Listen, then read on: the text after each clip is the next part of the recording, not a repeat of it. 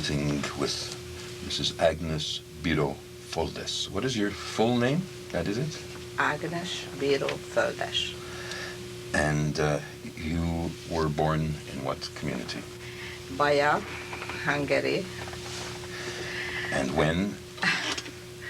1927, May the 5th. Now, what kind of a home were you brought up in? Would you describe it as Orthodox? Not at all. Not religious, not at all. It's a very Secular? middle class, secular home. My father he was a Jew by religion, but he don't know nothing about it. For example? Or he didn't show anything what he knew. Would he have had a bar mitzvah as a child? I have no idea. That would be in the early 1900s. I don't know. I don't think so. Maybe. And how many generations lived in your home? In my home, the three of us, my mother, father, and myself. Were there other immediate members of your family living in the same community? Yes, the two grandmother. On my father's side, that was all. My mother's side, there were cousins, uncles around the town. All secular Jews, pretty much? Not as much. My grandmother, my mother's side, she was lighting candles, she kept a kosher house, but that was it. What were your parents' names? My father was Laszlo, my mother was Margaret. And their occupations? My father was a journalist, and my mother was a housewife. What kind of journalism was your father involved in? One-man newspaper. He was the editor, the corrector, the go for everything. A daily paper? Daily paper. What was the paper's name? I don't remember. And it was the only paper in the community? No, there was 3 or 4. They all were daily papers. 3 definitely. Now, what members of your family survived the war? My father and mother, and myself. When the community you lived in was occupied, when was that and how did that happen? 1944, March 19, the Germans came in, they occupied Hungary, so they came in, and in April there was the law to go to a ghetto, a certain place. There was 5 members of the Jewish community, men who were left home because the first day of the German occupation, all the men were picked up and interned somewhere, not in the city. My father was left. Was this to be a kind of Judenrat? Something like that, yes. 5 people, very rich or influential. That's why they were chosen? Probably. What was their duty? They were the one who were responsible. Everything which came out the law to be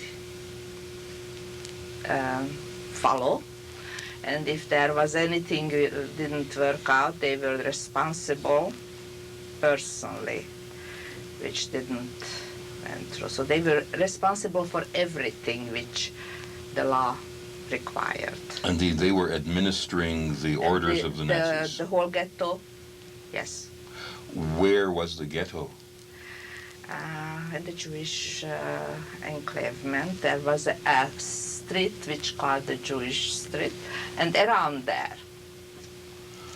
What was the population of your community, and how much of that was Jewish? Best of my knowledge, 35,000 of the city, which was the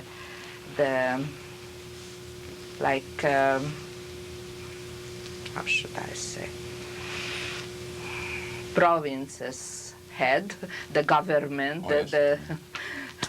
was there, and 1,500, 2,000, I'm not sure, the Jewish population. So it wasn't, as in Poland, a very large Jewish presence in the No, town. but very rich. This part of the country was rich soil, and they had big estates, and the soil was very rich, and everybody who were working or has an estate or whatever, farm or how do you call it? Jewish farmers too? No. I mean big Generally, estate, uh-huh. generally. They were all very rich. And when the ghetto was set up, it was in the Jewish district of the town? Yes, the synagogue belonged to it. That was the boundary, one side. Does that mean the Jews were moved from their homes? Yes. We all have to move in a boundary. They said from south, from north, from left, from right. This is the boundary, and between this you have to move in. Everybody was given a room, the whole family in one room, which we were lucky that we were only 4 with my grandmother, but there was an uncle, an aunt, and grandchildren for her. And whatever we could take, we moved in the ghetto, and whatever not, it stayed. And what happened to your former home? It was just the apartment. Spite of my father journalism, we were very poor. It's everything went poof. How did your life change when you moved to the ghetto?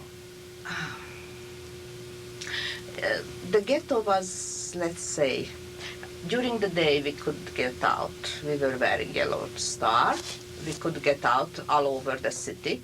But after there was curfew, from 7 to 7, I don't remember exactly.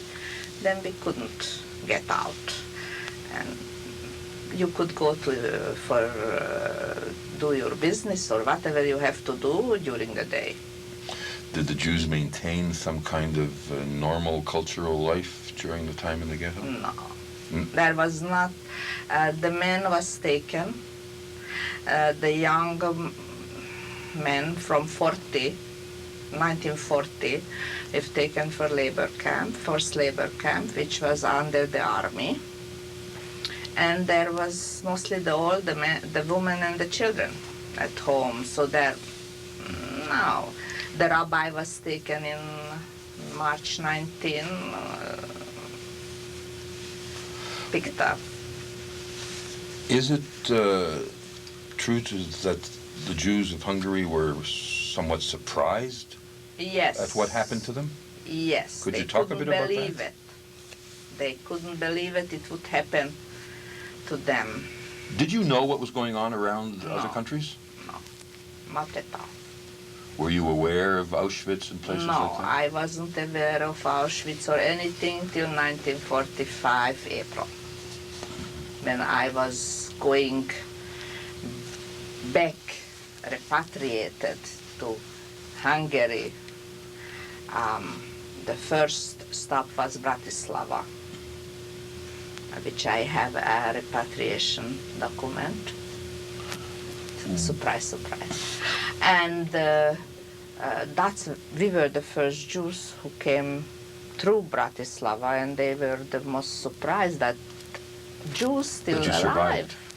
Why were the Jews so sure that nothing would happen to Middle them? Europe. We were very enlightened. We lived like the next door people. We were brought up Hungarian. Now, you were in the ghetto for how long? I don't know the date in April when we moved in, but we were deported 28th of May, 1944. To where? The train was supposed to go to Auschwitz, but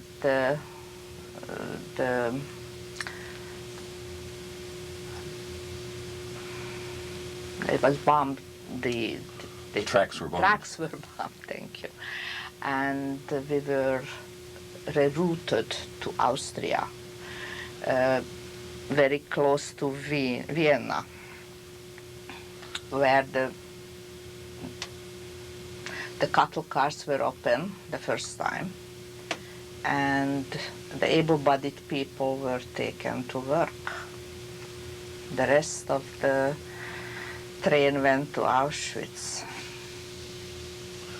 When you say the train went to Auschwitz, at that time, We didn't know where.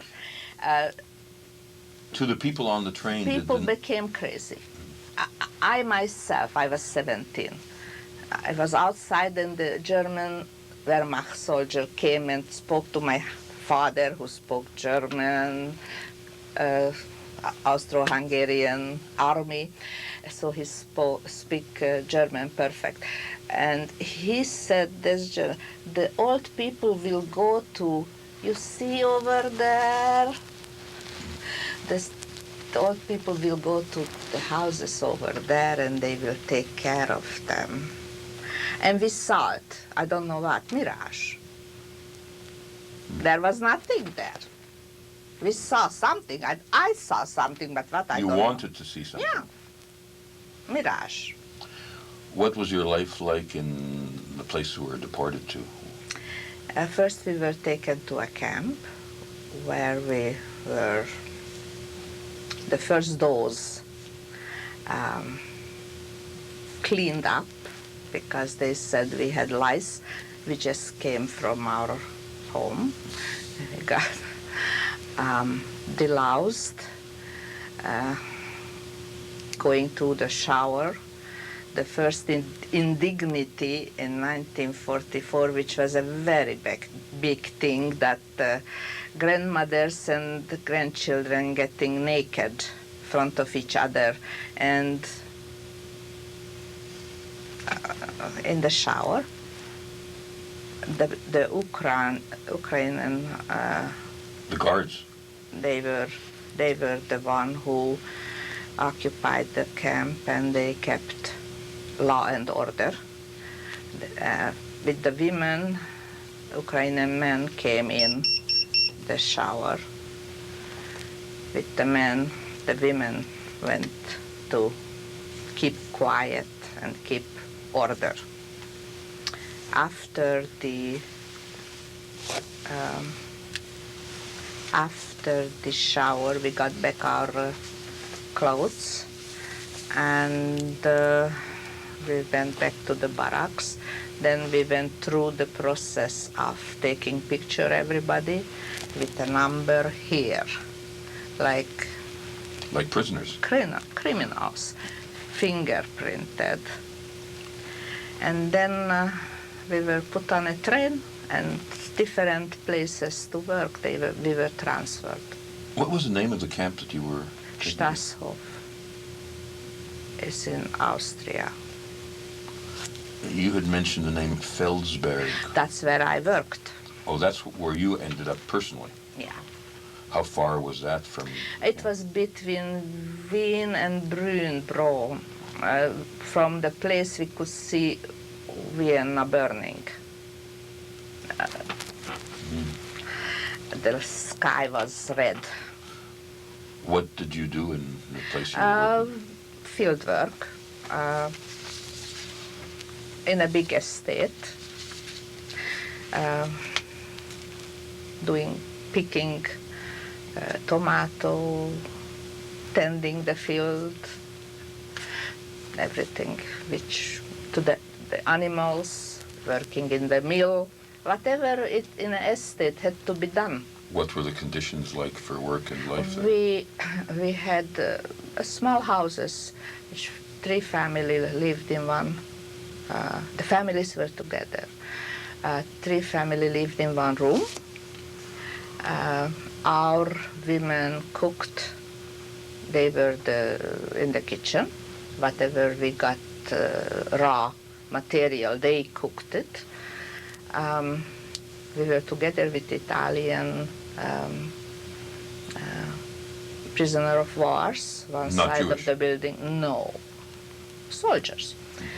The Red Cross came to them, but never to us, to see. Our overseers were the people who worked on the estate. One was called Heinrich, the other called Alfred, I don't remember. It was a young man. He couldn't be a soldier because he was sick. These were the original estate People who were working on the estate. And we don't have any soldiers or anybody. But occasionally the SS came to check, spot check. You had mentioned the name of the estate, I think. Yeah, Liechtenstein estate from Vaduz. Oh, from the country of Liechtenstein? Yes, no. Liechtenstein, the country is Vaduz, but the prince is Liechtenstein. And one of his castle was there. He had his horses, the prize horses kept there, beautiful. And we worked there. We worked around the castle, in the castle, not in the castle, but hay gathering, and wherever he had fields, we went to work on it. We were taken here to pick tomato, over there to corn. The other place, huge places. He was a very rich man. During all this time, did you know what happens to other relatives of yours? No, not at all. We didn't even know that there were other estates where they were Jews working. Accidentally once we were taken to pick grapes, the vineyard, and we went through a village where were also Jews working from the same city as I was. People you knew? Yeah, but we never knew what happened to them, or where they are, or what, or where. They didn't know about us. We didn't know about them. How long did you work in this estate? A year. That brings us to what date approximately? The early April in 1945, when we were gathered and taken back to Strasshof to go to Theresienstadt. We were in the cattle cars again, closed in, when air raid came. Again, the trucks were bombed, and we had to get out, go back to the camp. The next day, the Germans disappeared with the Ukrainian guards. The next day meaning the war was over? No. This happened that the train was bombed. We get out, went back to the camp, and the next day the Germans disappeared from the camp. So we were left alone. With nobody looking after you? With nobody there. Then one single Russian soldier on foot with a rifle walked in the camp, lie down on the bunker, ready to shoot. That was it. In 1945, 10th of April. During the time you were working in these estates and in the ghetto, I've forgotten to ask, did you see any brutality, any special violence on the part of the Nazis? No. This city, Baja, it was a very, very funny thing. This I have to tell you. First, the South Hungary was emptied from the Jews and brought up to Baja. They were housed in the in unspeakable places. All right? This 5 person who took care of the Jewish things, whatever, the Judenrat or what you call it, they were responsible for the health of them, and they were taken to the Germans emptied the synagogue in 19th of March, after the 19th of March, and they made a work place where they kept the supply. They went out, the men who were taken on the 19th of March at night from Baya, they were brought back also to Baya and kept together. Now, from there, from the men, the Germans asked, tailor, shoemaker, whatever, tradesmen. They were taken to the synagogue and they gave them work, and they worked there. On the 28th, on the around 20 May or 22, the people who came from the south of Hungary and they were kept here in Baja were taken away to Auschwitz. Can we get the year exactly? 44. This is still 44. Still Okay. 44. They were taken away. They told them to put down the luggage. The luggage will follow them. The luggage stayed there on the platform. The Judenrat, or I don't know how to call, I should say Judenrat, was responsible to pick up the luggages, and they took them by carload or whatever, I don't remember exactly how they were transferred in one place. This was a feather and skin, a Jewish merchant who was a wholesaler, picked up the raw skin and sold the raw skin and feather. We young people were ordered there to open those luggages and take out the whatever is Valuables. spoiled Oh. food. I was working there. I remember that was on the 28th of May. In the morning, I worked all day there, and the most horrible experience for me, opening the luggage, pictures, prayer book, children bottle, toys, and we had to open them and take out the spoiled food. I went home, and I went in our room, and my mother asked, "What's wrong with you?" I said, "Don't talk to me. Don't talk to me. I am sick." And I went and lied down. That night we were taken. Now, before we were picked up, the Germans came to our house, and my mother, uncle who was working in the synagogue, the Germans picked up all the relatives and they took them to the synagogue. They didn't let them taken. It's so strange, you have no idea. This old lady whose husband was a tailor in the synagogue was taken to her husband. Okay? You have no explanation for why this happened? No, the German didn't say. They just went to addresses. They asked the people where your relatives, your wife, your husband, or whatever, your mother, and they picked them up. About an hour later, the Hungarian police came and picked us up. And that's why the Germans, they know, they took them. Therefore, this group stayed in Baja all 1944 and 45.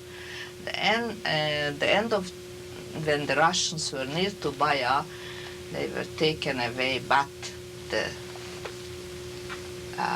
mayor of the city. 33 women picked out from this group, 33 women, and took them to the hospital and hid them. Those women never went away. Those women stayed all the time in Baja. It's a very strange.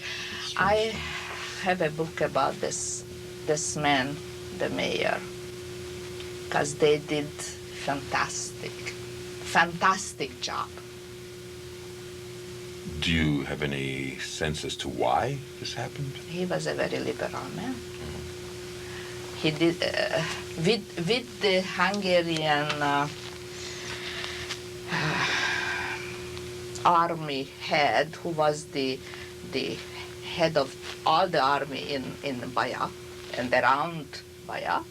The two of them saved lots of people. Is this story? Made bearable. Is this a story that is well known? Oh yes, I have a book. The book is about it. Did you hear? I'm sorry, I am jumping. No, please. Did you hear about the concentration camp or the work camp in Bor, Yugoslavia, BOR, near Belgrade? It was a very, very famous mines where they took all the intelligentsia, all the writers from Hungary, and they worked there. And then they marched back from the Russians when the Russian army came. Through Hungary, they got to Červeka. And one part of them, they killed them all as they were marching. Other group went through Baja. And my husband was already in Baja. That was in 1944, October. And they hid them with the knowledge of this high-ranking officer and the mayor. There was lots of boys from Baja. Mm-hmm. And they hid them. And these people survived? Yes. Did you have any knowledge of some of the attempts to save Jewish lives with people like Joel Brand, the Guns for Jews, and Kastner in Hungary? Was that in your community? No. Where they tried to make deals with the Nazis to smuggle No, that was ammunition? in Budapest. In Budapest. With lots of money. There was a special train. There was very, very rich industrialist, bank, president. They were put on a train. They paid an enormous sum of money to the Germans, and the Germans took them to Switzerland. And they were saved? Oh, yes. To get back to what happened to you at the end of April, mm-hmm. when you were brought back, yes. What happened in the last days of the war to you? As I said, please, as far as I told you, I didn't see lots of Germans. Occasionally during the year, when I was deported, the SS came to check. Mm-hmm. I never forget, I was taking a bath and my mother jumped out of a door, and the SS wanted to come in to check, and my mother jumped to the door and said, "I am sorry, my daughter is naked in the bathtub." And he went away. Went away? I mean, even then we laughed. My mother jumped, is naked. Big deal. But the Germans we saw only in Strasshof, where there were soldiers. There was barbed wire, but there was no electricity in it. They were just there. Okay, it was a Durchganglager, I should say. Which would mean what in English? Go through. Passing through. Passing through.